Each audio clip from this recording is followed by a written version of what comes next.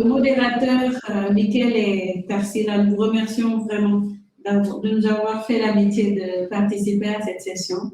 Le modérateur, c'est Michael Tarsila, le conseiller régional de l'UNICEF en charge de l'évaluation. Et le panel que nous allons suivre porte, comme vous le savez, sur les nouveaux modèles d'institutionnalisation de l'évaluation des politiques publiques. Et pour en parler, nous aurons 3 présentations. Une qui sera faite par moi-même, je m'appelle Soukaina Toufal. Je suis la chef de section planification, suivi et évaluation au bureau de l'UNICEF en Côte d'Ivoire.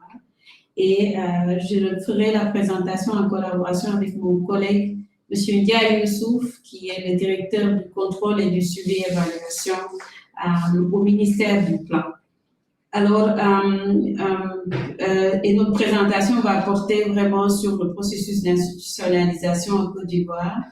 Et elle sera suivie d'une présentation sur le cas de la Guinée qui sera portée par notre collègue Pacifique du bureau spécialiste suivi et évaluation au bureau de la Guinée Conakry, et notre collègue Mohamed Fall, qui est spécialiste de suivi et évaluation du Sénégal, clôture cette liste de présentation en vous parlant des défis spécifiques au Sénégal.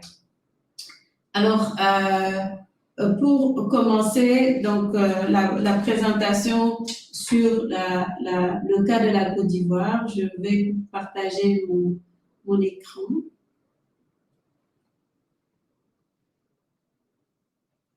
Avec vous et pour vous permettre de suivre la présentation. Donc, j'espère que vous voyez la présentation.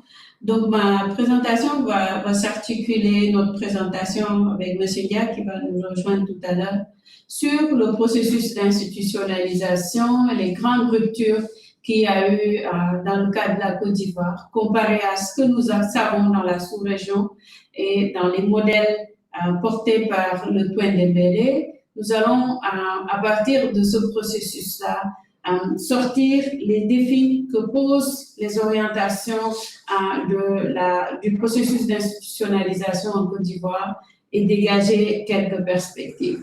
Pour ce qui est du processus, ce qu'il y a à retenir d'abord, c'est que c'est un processus qui est porté par le gouvernement et qui a une volonté politique ferme de mener un certain nombre de réformes dans le souci d'améliorer l'efficacité et la gestion, un peu tout ce qui concerne la gouvernance de l'action publique. Et ces réformes sont consacrées au niveau de la Constitution qui consacre l'évaluation des politiques publiques comme un moyen pour le Parlement de contrôler l'action gouvernementale. Et cette Constitution a été adoptée en 2016. Et à la suite de cela, on a un processus qui est en cours d'adoption d'une loi sur la planification du développement. Et une loi qui cible les différents éléments de la chaîne de planification, de programmation, de budgétisation et de suivi et évaluation. Et donc, cette loi, elle a été adoptée cette année, en 2021, par le gouvernement. La loi relative à l'évaluation des politiques publiques a été adoptée et suite à cela, on a une certaine dynamique au niveau du Parlement avec la mise en place de commissions parlementaires qui réalisent sur le terrain des missions conjointes pour l'évaluation des politiques publiques. Il faut dire que ce vent de changement est porté par un partenariat fécond entre le Parlement, le ministère du Plan, les associations d'évaluation et les partenaires techniques et financiers, dont la BAD, l'UNICEF et le système des Nations Unies, de manière globale pour la mise en œuvre de ces réformes, dont certains, comme la loi sur l'évaluation, sont même positionnés comme une conditionnalité pour l'accès à un certain nombre de ressources, notamment pour l'appui budgétaire. Alors, outre ces réformes portées par le gouvernement qui affichent une volonté politique réelle, on a une communauté d'acteurs de militants, de praticiens de l'évaluation, une communauté qui est solidaire, une communauté qui s'épaule avec plusieurs associations, donc des associations nationales d'évaluation. On a une certaine fragmentation avec le réseau ivoirien de suivi et évaluation, avec le IEBAN, mais cette fragmentation, elle est porteuse quant à la dynamique au sein de ces réseaux. Et ces réseaux, elles sont volontaires, elles ont un engagement volontaire qui permet de faciliter à tous ceux qui mènent des évaluations et qui le souhaitent d'identifier des experts, aussi bien au niveau national qu'au niveau international pour la bonne conduite des évaluations. Ces associations sont également un groupe de référence pour accompagner l'assurance qualité des évaluations. Donc, ils sont également, ces associations sont présentes au niveau du dialogue sur l'institutionnalisation de l'évaluation avec un certain nombre d'activités. Donc, ils sont également, ces associations sont présentes au niveau du dialogue sur l'institutionnalisation de l'évaluation qui sont organisées avec le Parlement. Je ne sais pas si vous m'entendez, j'entends des et on a aussi une partie du réseau ivoirien de suivi et évaluation qui organise également la relève, qui organise tout le volet de renforcement des capacités en initiant les cadres nationaux et des jeunes au métier de l'évaluation. Et il y a divers partenaires qui soutiennent le mouvement associatif de l'évaluation en Côte d'Ivoire avec notamment Eval Partner, la francophonie, l'ABAD, l'UNICEF, les autres partenaires des Nations Unies pour organiser des evaluation labs, des activités en tout cas de renforcement de capacité. Et donc, comme vous le voyez, donc, c'est la volonté politique du gouvernement plus la dynamique notée au niveau des réseaux d'évaluation nous a permis d'avoir un processus participatif d'élaboration de tous ces documents cadres pour l'institutionnalisation de l'évaluation. Je vous parlais de la loi sur l'évaluation, la loi cadre sur la planification du développement, mais aussi les chantiers à venir.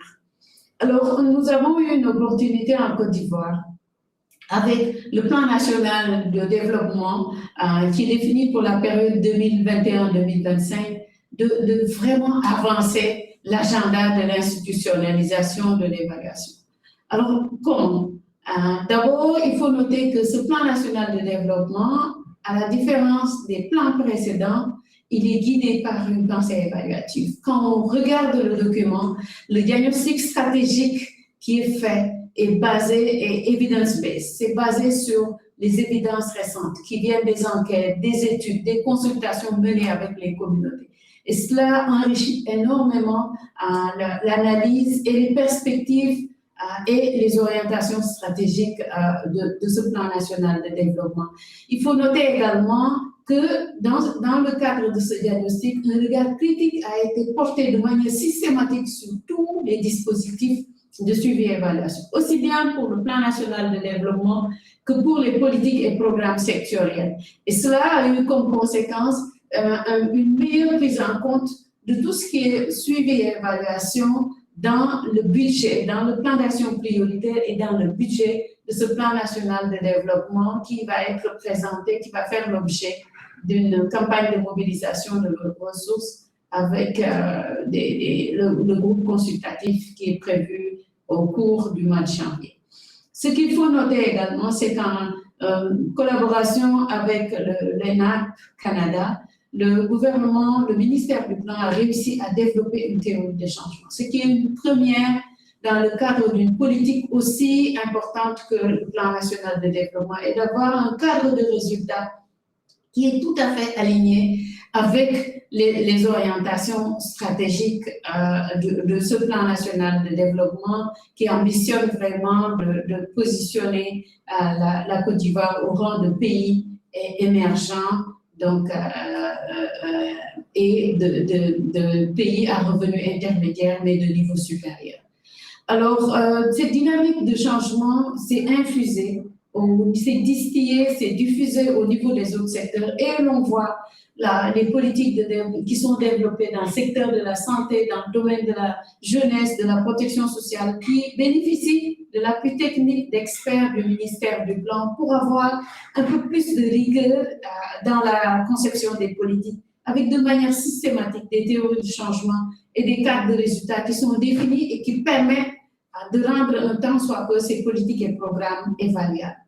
Alors, lorsqu'on compare ce qui se passe, ce que je viens de décrire en termes de dynamique au niveau du cadre légal, de dynamique au niveau des échanges, des dialogues entre les différents acteurs, société civile, gouvernement, et d'opportunités qu'a offert le PND de lancer toutes ces initiatives, il faut noter que ce qui apparaît comme la spécificité de la Côte d'Ivoire au regard des leçons apprises des autres contextes, c'est que l'institutionnalisation n'est pas pensée en termes de fonction d'évaluation isolée des autres éléments de la chaîne de planification, de programmation, de budgétisation et de suivi.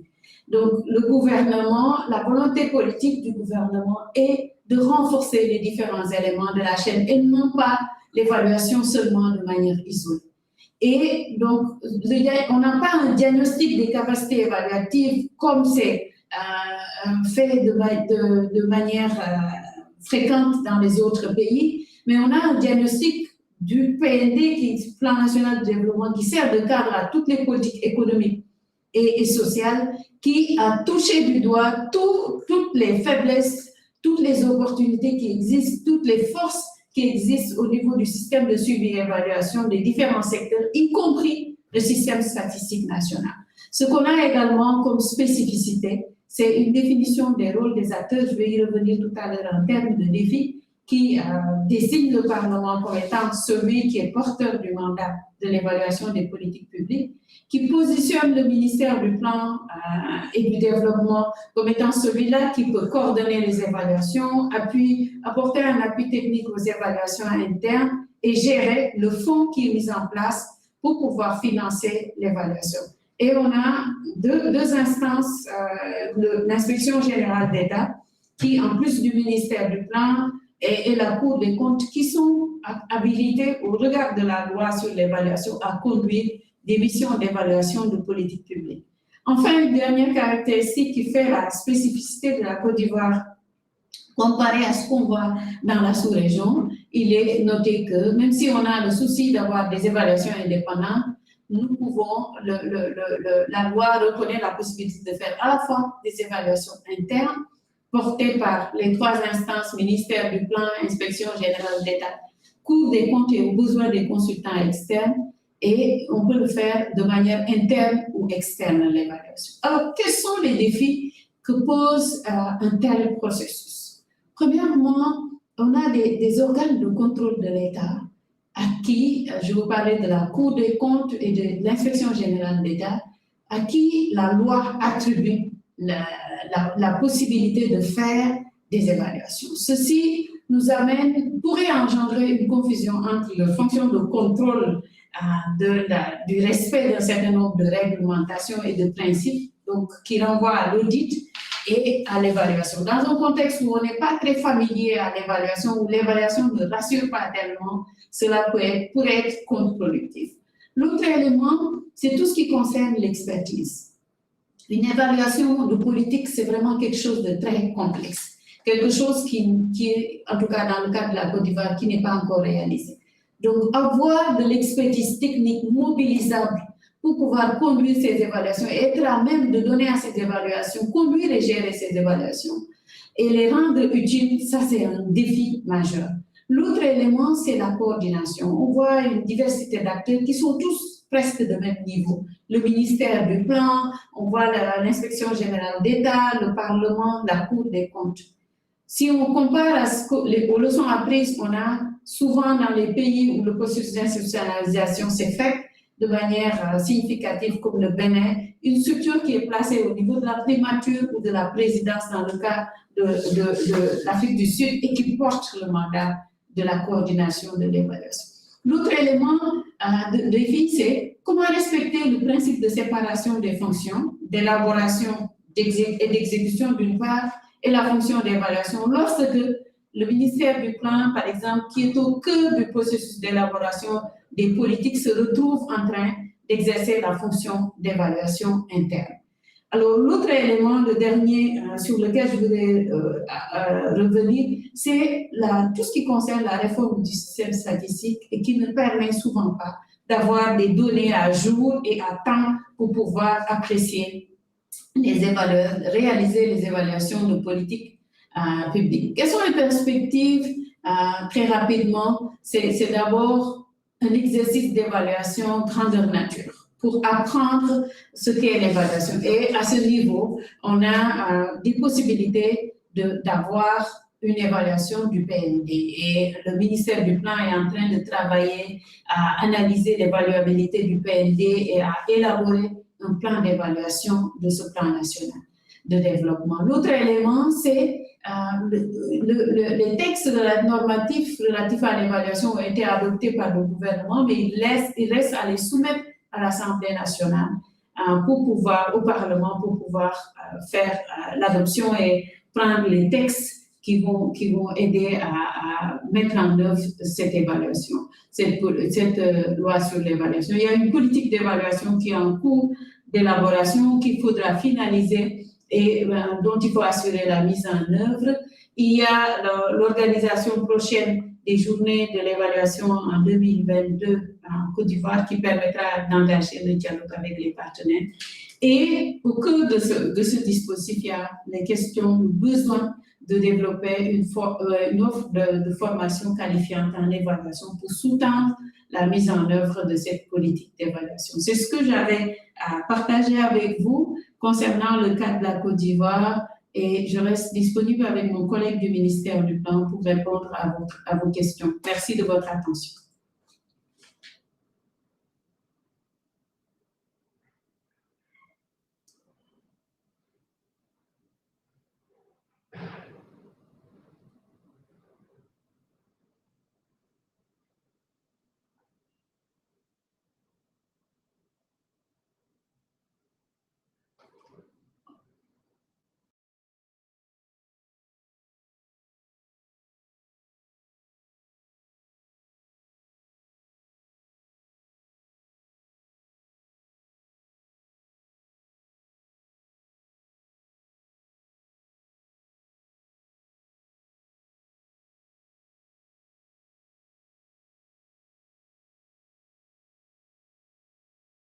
Est-ce que je peux éventuellement vous demander de prendre la main et prendre le relais de Soukenatou?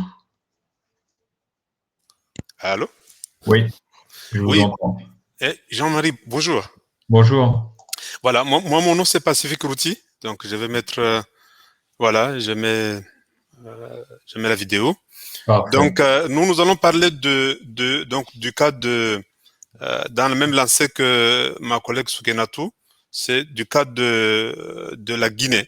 Donc je vais voir si je peux faire le partage de la présentation.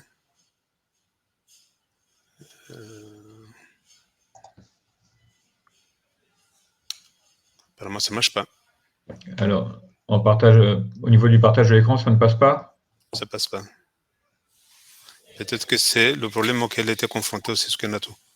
C'est ça. D'accord. Je pensais qu'on voyait ma présentation tout à l'heure. Non, on ne la voyait pas. Dans ces cas-là, ce que je vous propose, peut-être pour ne pas perdre de temps avec ces considérations techniques, c'est d'avancer quand même sur votre présentation, et on va inviter les participants à écouter celle-ci religieusement, et si vous en êtes d'accord, on pourra partager votre support ainsi que celui de Soukenatou via le site du RFE. D'accord, parfait. Oh, mais c'est dommage. Voilà, donc il est question pour nous de parler justement du renforcement des capacités institutionnelles en évaluation pour le cas de la Guinée. Et donc notre présentation s'articule tout autour d'un certain nombre de points. Donc d'abord, on va voir le contexte de la fonction évaluation en Guinée, ensuite les opportunités pour le développement de la pratique évaluative, le diagnostic des capacités évaluatives qui a déjà été conduit, Et puis, la pratique actuellement d'évaluation en Guinée, on verra la cartographie des acteurs, on verra les étapes déjà franchies et puis les prochaines étapes avant de terminer par une synthèse. Je suis avec mon collègue Barry, donc le docteur Mamadou Saliou Barry de l'Institut national de la statistique. Donc, il va reprendre la main et continuer. Et par la suite, s'il y a des questions, donc on va répondre en même temps que lui. Donc, à vous, Mamadou Barry. Tu peux lancer la présentation.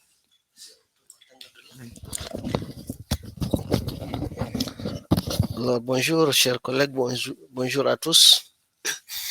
Donc, comme l'a dit M. Pacifique, notre présentation va s'articuler autour de 7-8 points essentiels.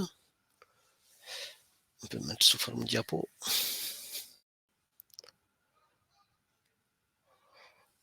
OK. Voilà, donc, on peut... Donc, en ce qui concerne le contexte, nous rappelons qu'en Guinée, le cadre du développement national, c'est le plan national du développement économique et social qui, depuis 2015, pratiquement, représente une opérationnalisation de la vision Guinée 2040, qui est... Voilà. Donc, en Guinée, ce qu'on peut retenir en termes de contexte, c'est qu'il y a une faible demande d'évaluation dans le domaine des politiques, des programmes et des stratégies de développement. Même si actuellement, il y a une mention qui est faite à l'évaluation dans le plan national de développement économique et social, on parle généralement de suivi-évaluation, mais la fonction évaluation, en examinant de près le contenu, on ne voit pas trop cette fonction. Et en termes de pratique, ce qui est fait, c'est des audits de performance et quelques évaluations. Dans la pratique, il n'y a pas assez d'évaluation. Donc, il justifie vraiment le besoin d'agir pour l'institutionnalisation de la fonction d'évaluation dans le pays. En termes d'opportunités, il y a quand même des opportunités pour la pratique de l'évaluation dans le pays. D'abord, depuis les années 2000, nous savons qu'il y a un souci d'efficacité de l'aide au développement de la part des partenaires au développement. Ensuite, des besoins d'évidence pour voir est-ce que les changements, est-ce que les interventions qui sont menées sur le terrain ont induit des changements, donc le souci de redevabilité. Il y a aussi la volonté des partenaires techniques et financiers à accompagner la pratique de l'évaluation. Et enfin, comme dernière opportunité, il y a l'existence de praticiens de l'évaluation, tant au niveau régional, international qu'au niveau national. Et l'UNICEF a appuyé récemment, pendant une année, la réalisation d'une étude diagnostique des capacités évaluatives nationales en Guinée. Et cette étape-là est entièrement achevée. Il en ressort que sur le plan interne, nous avons identifié des forces et des faiblesses des capacités nationales en évaluation. En termes de force, nous avons noté la volonté politique du gouvernement guinéen qui est vraiment affichée et à laquelle il est fait régulièrement mention.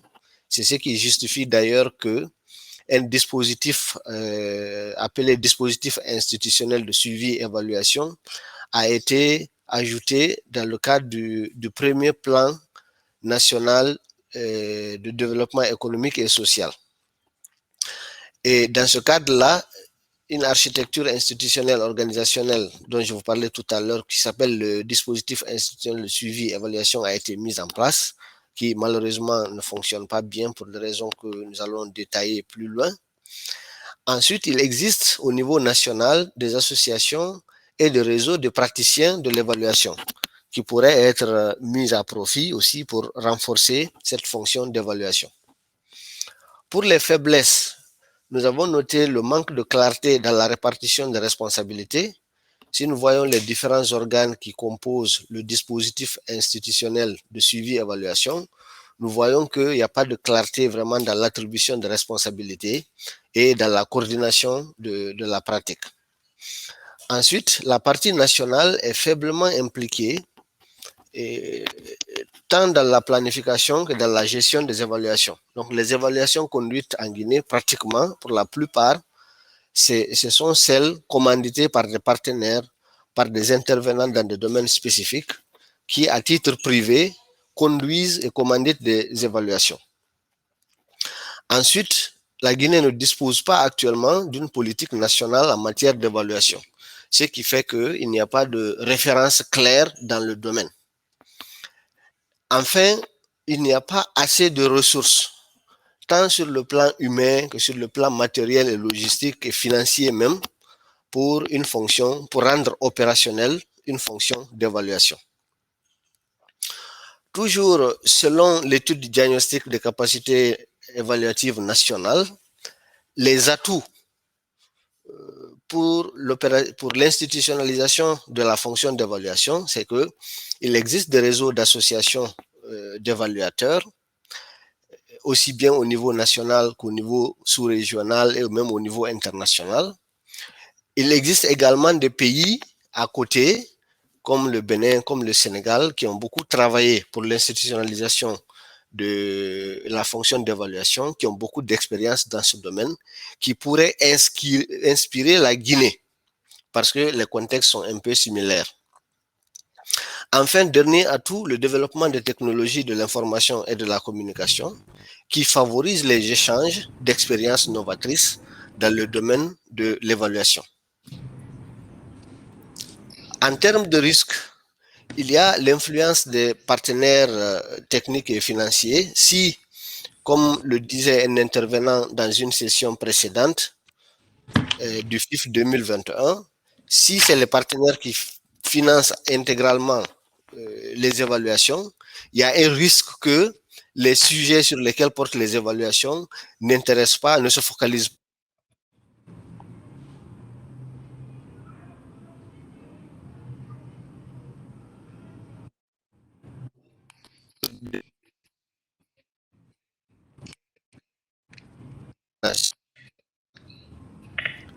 Deuxième rien à apporter aussi à la pratique de l'évaluation.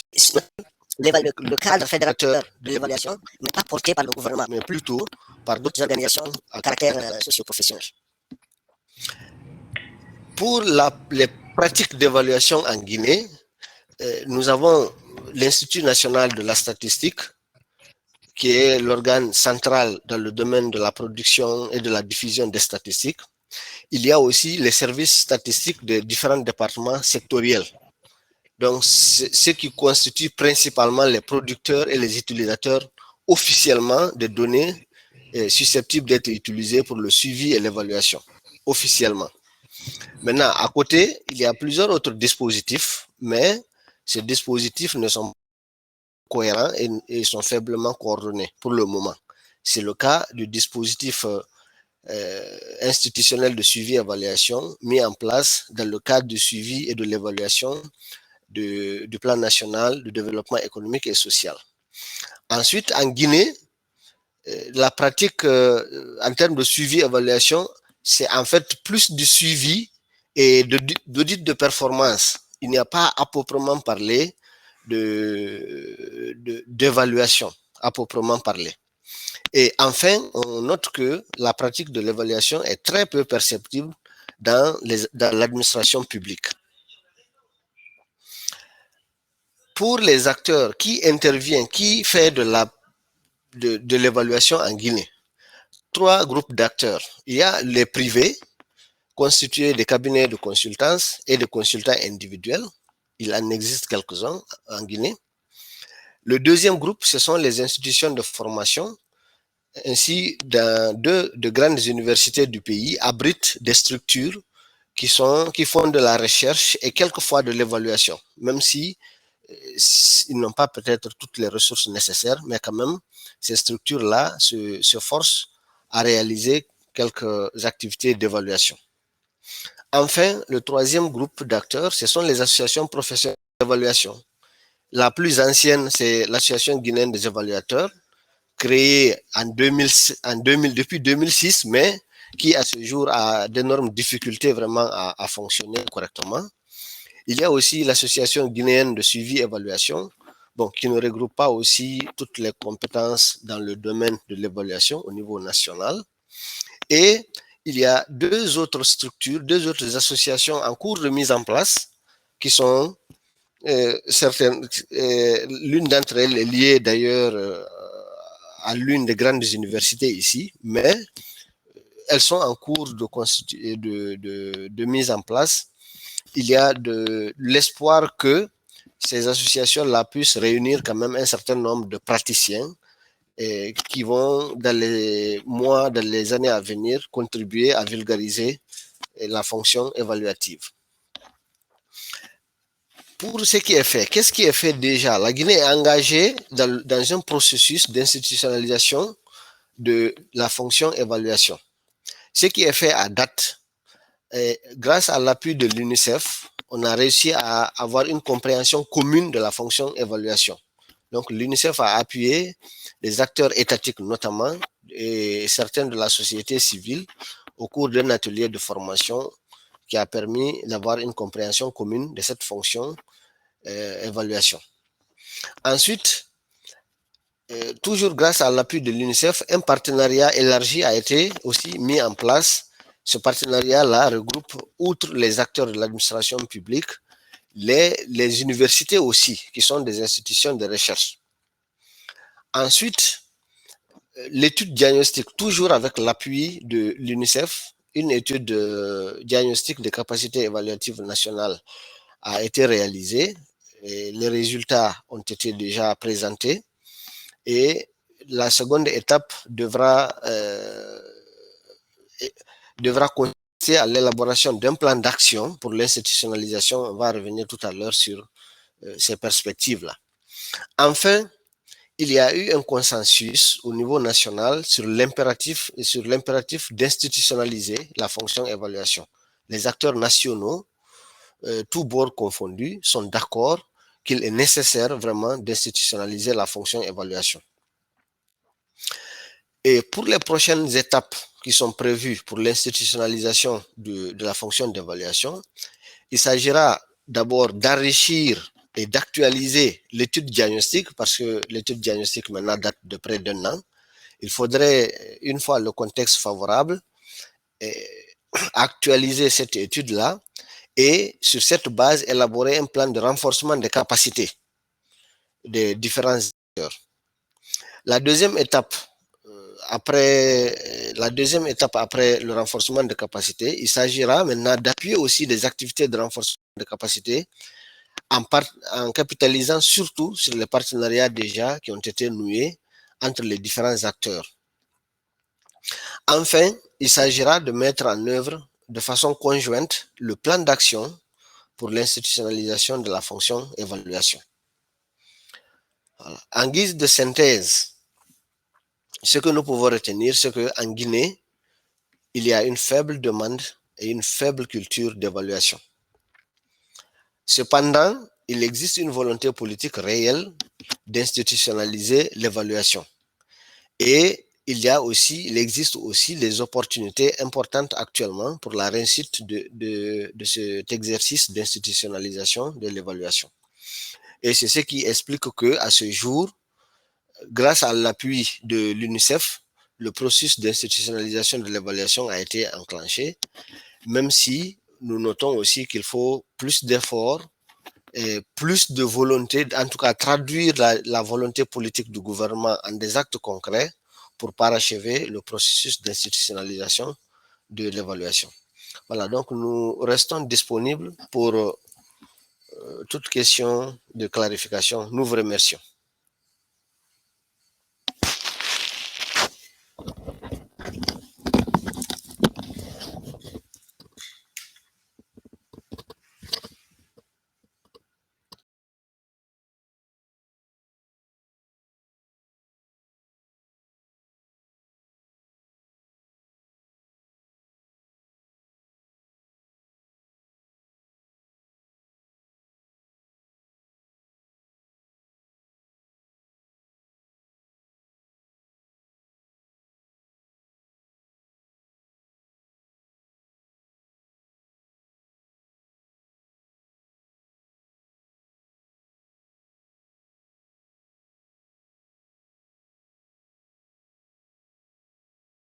Au Sénégal, il faut comprendre que on a quelques petits soucis au départ en termes d'évaluation. Parce que quand on parlait d'évaluation, il y avait vraiment les gens ne comprenaient pas trop ce qu'on entendait par évaluation. Et jusqu'à présent, d'ailleurs, quand on parle d'évaluation, on confond évaluation et audit.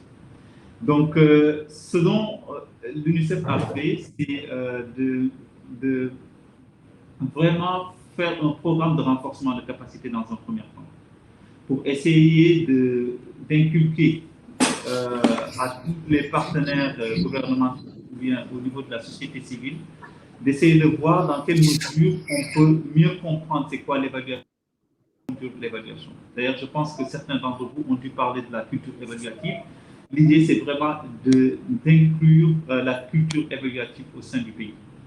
Donc, il y a eu un vaste programme de renforcement de capacité qui a été mis en place, et notamment avec certains partenaires de la société civile, l'Association sénégalaise d'évaluation. Et durant un temps, on a mis par exemple l'accent sur les méthodes d'évaluation, sur l'évaluation et le genre, sur des programmes de mentoring ou bien les évaluateurs émergents, et j'en passe. Mais toujours, l'idée c'était vraiment de mettre en place une culture et de renforcer les capacités des différents acteurs pour qu'ils prennent en compte ces dimensions dans les programmes et politiques publiques qui sont mis au Sénégal. Alors, bien évidemment, de temps en temps, quand on met en place au niveau de l'UNICEF des évaluations au niveau du pays, l'idée c'est vraiment d'impliquer, voire même que le DIT soit pris par la partie gouvernementale pour qu'il y ait une appropriation de l'évaluation. Et on est dans un cadre d'un processus participatif, certes, mais l'idée c'est vraiment que les gens puissent mieux comprendre comment on va conduire l'évaluation du début jusqu'à la fin. Certaines évaluations ont été tenues au Sénégal avec l'appui de l'UNICEF.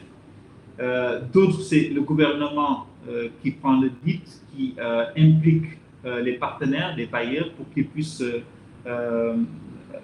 vraiment les appuyer en termes techniques, mais aussi en appui financier. Donc, tout ceci pour dire que nous étions dans un paysage qui était certes pas favorable en termes d'évaluation, mais avec les programmes de renforcement de capacité que nous avons mis en place, au fur et à mesure, les gens ont commencé à comprendre c'est quoi l'évaluation et comment conduire les évaluations. Donc ça, c'était vraiment ce que nous avons mis en place. Alors, maintenant, depuis quelques années, qu'est-ce qu'on constate? C'est que c'est peut-être pas le travail de l'UNICEF, mais c'est une contribution aussi de l'UNICEF. Il y a d'autres partenaires, notamment les bailleurs de fonds comme l'USAID ou bien d'autres partenaires de GIZ qui s'intéressent à l'évaluation aussi, le Canada, d'autres partenaires donc, qui s'intéressent à l'évaluation et qui de plus en plus mettent entre guillemets une pression positive au niveau du gouvernement à évaluer les programmes qui sont financés par les bailleurs. Donc, face à cette, disons, pression positive, ou bien cette discrimination positive, en tout cas à mettre une dose d'évaluation dans les projets et programmes, le gouvernement et l'État du Sénégal a commencé à prendre davantage conscience de l'importance des évaluations. Ce n'est pas fait dans un but de sanctionner, mais d'apprentissage parfois et de voir les impacts qui ont été acquis grâce aux programmes, aux politiques et programmes. Alors, en 2016, réforme au niveau du Sénégal. Et cette réforme constitutionnelle inscrit noir sur blanc le pouvoir que l'État du Sénégal maintenant confère à l'Assemblée nationale à mener des missions d'évaluation des politiques publiques. Et il y a aussi le contrôle gouvernemental, mais ça c'est ce qu'on connaissait d'habitude. Mais maintenant on a une dose supplémentaire, c'est que l'État a une mission d'évaluation des politiques publiques. Donc ça, c'est un acquis. Au même moment, en parallèle, il y a la Cour des comptes aussi qui, dans la Constitution, le contrôle juridictionnel des comptes des comptables publics, c'est-à-dire ils vont regarder la loi des finances et ils essayent d'évaluer un peu les actions que le gouvernement a mis en place pour, disons, financer tel ou tel programme. Donc ça, la Cour des comptes a vraiment ce rôle-là, et on peut dire que la Cour des comptes de l'Assemblée nationale. Parce que si on confère à l'Assemblée nationale un pouvoir ou bien une mission d'évaluation, cela ne veut pas dire que l'Assemblée nationale a les capacités pour mener des évaluations. Donc, parfois, comme on peut le comprendre, l'Assemblée nationale, c'est une représentation du peuple. Il y a des gens qui ont peut-être une formation en évaluation, mais d'autres qui ne l'ont pas du tout. Et il est assez difficile de demander à l'Assemblée nationale de mener des évaluations alors que les capacités ne sont pas là. Donc, c'est pour cela que la Cour des comptes a un rôle dans l'évaluation, mais plutôt dans l'aspect finances publiques. Alors, récemment, ou bien en tout cas depuis 2012, on a aussi la commission d'évaluation de suivi des politiques et programmes publics, qui a été créée par décret présidentiel en avril 2012. Mais cette commission n'a pas été opérationnelle jusqu'en 2019. C'est en 2019 que l'État du Sénégal a pris l'option de nommer une personnalité à la tête. Il était l'ancien ministre du Plan. Ils l'ont mis à la tête de cette commission pour essayer d'avoir une mission d'évaluation auprès des institutions de la République, mais aussi des services de l'État, des politiques et programmes publics. Donc, si vous voyez bien mon raisonnement, c'est qu'il y a des acteurs qui sont maintenant dans le paysage institutionnel. On a l'Assemblée nationale, on a la Cour des comptes, on a la commission d'évaluation de suivi des politiques et programmes publics, mais là aussi, les acteurs ministériels. Et parmi ces acteurs ministériels, il y a ce qu'on appelle les cellules d'études et de planification. Au sein de chaque ministère, il y a cette cellule dont la mission consiste, entre autres, à faire le suivi et l'évaluation des programmes menés par le ministère de tutelle. Donc, ce que l'on voit, c'est qu'au sein du paysage institutionnel, il y a plusieurs acteurs qui font en réalité l'évaluation. Sans compter, et au Sénégal, on a une association assez dynamique, très dynamique d'ailleurs, qui travaille sur l'évaluation. C'est l'Association sénégalaise d'évaluation qui essaie d'inculquer aux acteurs, aux différentes parties, donc la culture évaluative. Donc maintenant, de paysages où les gens étaient craintifs de voir mettre en place des évaluations, on voit que l'État maintenant a plutôt une autre culture, c'est la culture évaluative, en mettant en place des structures, des organisations, en mettant en place plusieurs éléments pour faire l'évaluation. Donc ça, c'est quelque chose que l'on a. Alors, si on comprend bien toujours mon raisonnement, on avait le néant, on a maintenant plusieurs acteurs institutionnels. Mais la question qui se pose, c'est lorsqu'on a ces acteurs institutionnels, qui doit conduire une politique d'évaluation dans le pays? Par exemple, si on prend par exemple la stratégie nationale de protection de l'enfant, est-ce que c'est à l'Assemblée nationale de conduire cette évaluation? Est-ce à la commission de conduire cette évaluation? Ou bien au sein même du ministère, est-ce que ce sont les ministères qui doivent conduire cette évaluation? Donc, on avait un vide, et maintenant, avec l'ensemble des acteurs, on a plutôt un embouteillage qui se met, qui est là, et on n'arrive pas trop à comprendre qui les évaluations, et de ces évaluations-là, s'il y a un conflit dans les missions, il peut y avoir un manque d'appropriation des résultats de l'évaluation. Donc, il est important de poser la question qui doit conduire les évaluations parmi tous ces acteurs. Et la question principale qui se pose maintenant, c'est le problème de leadership. Ce problème-là risque d'avoir en termes d'utilisation des évaluations. Bien sûr, les acteurs ne vont pas vont toujours participer à ces évaluations parce que la tutelle va envoyer un courrier pour dire de participer. Mais au fond, de l'appropriation, puisque ce n'était pas telle commission ou bien telle institution qui devait faire les évaluations. Donc, il y a un risque dans l'émission de chaque acteur. Alors, la question que je me pose, et peut-être que certains devraient se poser, c'est devant un tel parterre d'intervenants, est-ce qu'il ne faut pas réorganiser le paysage institutionnel? D'un côté, on a la commission d'évaluation, d'un autre côté, on a la Cour des comptes, on a les 7 qui sont les parts techniques. Donc, si il y a par exemple des programmes à évaluer, il peut y avoir, comme je l'ai dit, une frustration des acteurs, il peut y avoir une faible mobilisation, il peut y avoir une faible appropriation des résultats collectifs des besoins de transformation qui sont même au cœur des évaluations et qui est recherché par exemple par l'État du Sénégal.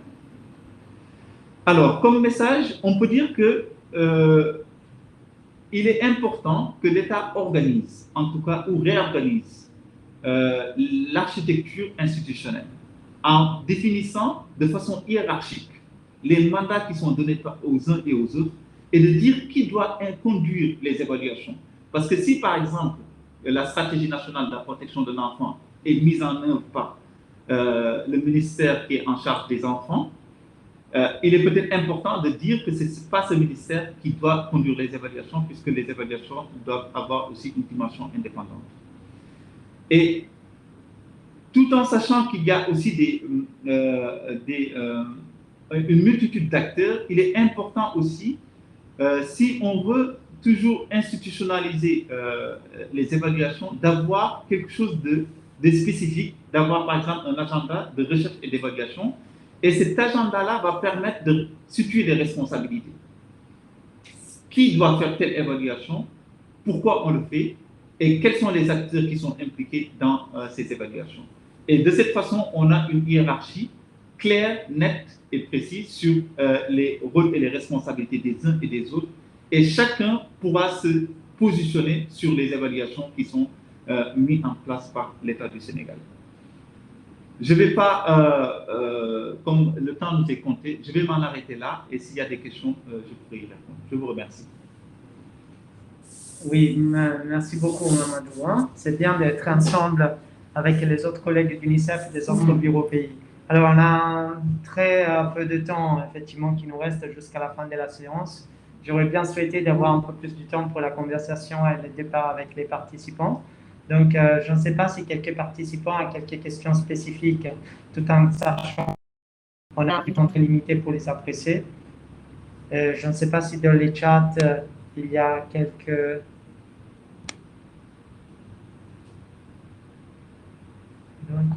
Alors, il y a une question de Yann Hopwood. Comme vous êtes à l'UNICEF, je vous demande comment vos efforts vont contribuer à une meilleure évaluation des politiques et programmes portant sur les enfants. Est-ce que sont les plus grands défis, quels sont les plus grands défis pour les évaluateurs des programmes pour l'enfance? Donc, je ne sais pas si dans 3 minutes, on peut probablement prendre la parole à Soukenatou, Pacifique et aussi Mouamadou, probablement 30 secondes chacun. Donc, Yann nous a demandé comment nos efforts vont contribuer à une meilleure évaluation des politiques et programmes portant sur les enfants. Soukenatou, si tu peux commencer. Oui, merci beaucoup, Michael, et merci beaucoup à Yann, qui est notre mentor à tous dans le domaine de l'évaluation. Yann, merci pour le soutien. Donc, très rapidement, dire que, par exemple, dans le cadre de la Côte d'Ivoire, l'inclusion et la participation sont des principes qui sont reconnus par la loi. Et ça doit nous donner, permettre d'ouvrir une fenêtre pour pouvoir garantir que dans les évaluations qui sont réalisées, les enfants participent à ces évaluations et leurs avis comptent. L'autre élément, c'est tout ce qui concerne le renforcement des capacités à la fois des gestionnaires et de ceux qui conduisent l'évaluation, pour qu'ils puissent comprendre comment développer des approches méthodologiques qui soient sensibles aux droits des enfants et qui puissent leur permettre d'exprimer leur point de vue sur la mise en œuvre des politiques et programmes. Bon, il y a d'autres questions qui concernent la Côte d'Ivoire. J'aurais aimé répondre à cela, mais voilà, je vais répondre dans le chat plutôt. Merci. Merci, Soukenatou. Pacifique.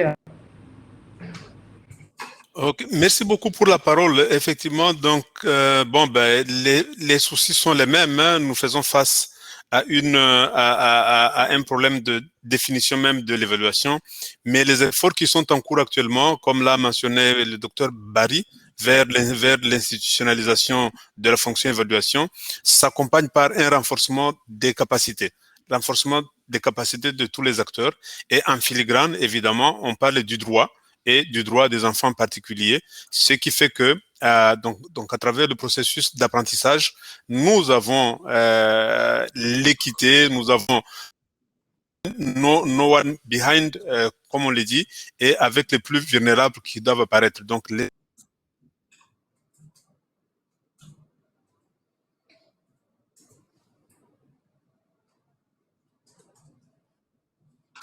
dans des évaluations qui sont déjà engagées et qui ont été réalisées, qui concernent le programme de coopération. Bien entendu, ça cible l'accès ou la jouissance des droits des enfants, et on s'assure que les acteurs qui les conduisent s'assurent de la participation des enfants, aussi bien dans la collecte des données que dans tout le processus jusqu'à la validation. À vous. Excusez-moi, j'ai enlevé la caméra parce que nous avons des soucis énormes de réseau Internet. À vous. Mamadou, Oui, merci beaucoup. Je pense que pour les évaluateurs des programmes pour l'enfance, déjà, il y a des méthodes, de nouvelles méthodes qui sont pour évaluer des programmes sur les enfants. Les enfants aussi être des acteurs des évaluations. Je pense qu'il faudrait non pas uniquement la capacité des acteurs principaux comme les ministères en charge de l'enfant, mais aussi il faudrait peut-être renforcer les enfants eux-mêmes pour qu'ils puissent mener des évaluations. Je pense que ça, c'est un défi en tout cas que nous rencontrons souvent parce qu'on a des programmes qui impliquent les enfants, mais souvent quand on fait des évaluations, on n'a pas toujours le temps de les impliquer dans les évaluations. Concernant les efforts qu'on essaie de faire, c'est que il y a, comme tout le monde l'a dit, il y a des programmes de renforcement de capacité qui sont menés par-ci par-là, mais au-delà de ces programmes de renforcement de capacité, il me semble qu'il faut qu'il y ait, comme j'ai eu à le dire, qu'il y ait un agenda en tout cas qui soit là. Qui concerne les évaluations des politiques et programmes qui concernent les enfants, que ce soit bien connu, et puis que les acteurs puissent se prononcer pour pouvoir les soutenir avec les enfants et les adolescents pour qu'il y ait une meilleure visibilité. Donc ça, je pense que, et puis surtout que les résultats aussi puissent être portés par les enfants au sein des instances de décision. Voilà, merci beaucoup. Merci. Jean-Marie, je ne sais pas si tu es toujours avec nous. Je voulais savoir si par hasard on pourrait prendre 3 minutes de plus ou pas. Oui, vous pouvez prendre 3 minutes de plus, il n'y a aucun souci, Michele. Ah, ok, merci. Je t'en prie. Non. En tant que modérateur et provocateur, je voulais juste répondre quelques idées à des 3 collègues pour qu'on puisse sortir de cette séance avec pas nécessairement des réponses, mais des questions de réflexion ultérieure qu'on pourrait poursuivre ensemble dans les jours à venir. Alors, lorsqu'on regarde l'exemple de la Côte d'Ivoire, ce que Soukenaton nous a dit est que la Côte d'Ivoire a choisi de ne pas parcourir un chemin ou un sentier déjà battu par plusieurs. C'est-à-dire que la logique souhaiterait que, avant de commencer à parler d'évaluation, institutionnalisation d'évaluation, on se lance dans un projet ou une activité de diagnostic des capacités. La Côte d'Ivoire a fait une décision assez claire. Ils ont décidé de ne pas se lancer dans un diagnostic des capacités et d'évaluation, ce qui a été notamment l'exemple de la Guinée, parce qu'ils ont dit on va petit à petit infiltrer les ministères et les grands endroits du pouvoir en Côte d'Ivoire avec cet raisonnement évaluatif. Donc, ils ont utilisé cette façon un peu organique, graduelle, vous voyez, dispersée, de pouvoir faire la promotion de la culture d'évaluation. Et ça, c'est quelque chose de très important. Mais je me pose aussi la question, est-ce que l'idée d'être si organique et de diffuser autant l'évaluation ne risque pas aussi de faire perdre à l'évaluation son indépendance? Parce qu'on devient, et ça devient l'évaluation si intimement liée à plusieurs organes de pouvoir et à plusieurs institutions, que est-ce qu'on peut toujours revendiquer pour cette façon de faire l'évaluation l'indépendance que normalement on lui attribue? Ça, c'est la première réflexion sur la contribution des Sukenatu. Après, on a l'exemple des Pacifiques. Donc, le Pacifique nous a dit, la Guinée, par contre, a un bon élève, si on peut l'appeler comme ça. Il a décidé effectivement de faire un diagnostic des capacités nationales en évaluation. Alors, je vous dis qu'en tant que témoin de ce processus, ça a été extrêmement, comme on dit, puissant de voir comment un diagnostic des capacités nationales, qui en principe devrait être, vous voyez, un travail très technique, a à la fin eu des effets sur la volonté politique et la prise de conscience de comment on croyait qu'on avait compris ce que c'était l'évaluation, mais on ne l'avait pas tout à fait compris. Et je vous dis que si moi, je m'étais présenté en Guinée en donnant une leçon sur ce que c'est l'évaluation, je vous promets que les gens seront sortis immédiatement en disant « ce monsieur, il ne connaît pas les contextes, il ne sait pas ce qui se passe en Guinée ». Mais le fait d'avoir des consultants nationaux et un consultant international qui ont passé plusieurs semaines à poser des questions, en soi, c'est devenu effectivement une prise de conscience collective.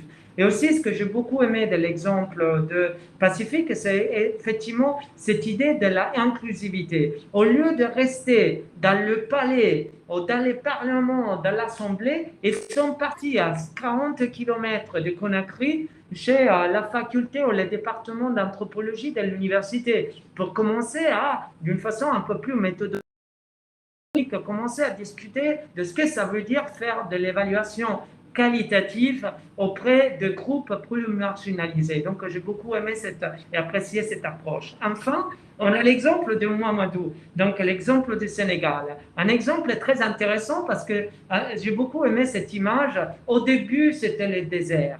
Il n'y avait pas trop d'acteurs, il n'y avait pas beaucoup d'intérêt pour l'évaluation. Et aujourd'hui, justement, tu as dit l'embouteillage, quelque chose que nous, en Afrique, on connaît très bien, malheureusement. Chaque fois qu'on rentre à la maison, on arrive au bureau. Donc, et là, justement, tu as dit, on a 4, 5, 6 entités qui revendiquent un peu la paternité ou la maternité de l'évaluation. Est-ce qu'il y a un problème maintenant de, comment on dit, leadership? Et alors là, c'est une question que je lance, mais qu'on ne pourra pas nécessairement trouver comment adresser aujourd'hui. Est-ce que c'est mieux d'avoir une leadership diffusée avec les risques que les pays ne prennent pas une direction très claire, ou est-ce qu'il serait mieux plutôt d'avoir une leadership diffusée et que donc il y a des leadership au niveau de la sphère privée, de la sphère publique, au niveau des commanditaires des évaluations, au niveau des institutions qui conduisent les évaluations, etc. Donc, 3 modèles d'institutionnalisation complémentaires, mais assez différentes, mais qui nous donnent nous encouragent à comprendre qu'effectivement, on peut être créatif, on peut être intentionnel et surprenant parfois dans la manière dont on fait les choses. Donc, c'est vrai qu'on peut faire des formations, c'est vrai qu'il y a des manuels, mais sur la base effectivement de ce que nous croyons et de l'adaptation aussi qu'on a au contexte, aux besoins et au point d'entrée. C'est pour ça que je parle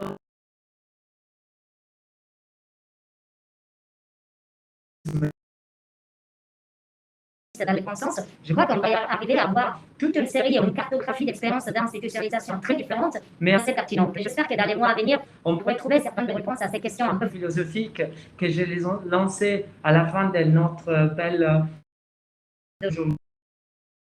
dans nos blogs, sur LinkedIn, Twitter et d'autres séances de présentation de ce type avec l'UNICEF ou avec des autres agences, on pourrait continuer cette belle conversation. Donc, à nouveau, merci beaucoup aux 3 collègues, aux 3 participants, donc Pacifique, Soukenatou et Mohamedou, et aux 3 pays, bien évidemment, parce qu'avec l'UNICEF, il y a toujours les collègues du gouvernement qui sont là, encouragés, passionnés, fascinés par l'évaluation, et ceux et elles, les grands alliés, effectivement, pour pouvoir faire bouger la situation pour les enfants de tous ces pays. Donc, à nouveau, merci beaucoup. Et Jean-Marie, merci beaucoup aussi pour l'assistance et pour la modération pendant mon absence, pendant la première partie de la séance. Merci à tous, à toutes.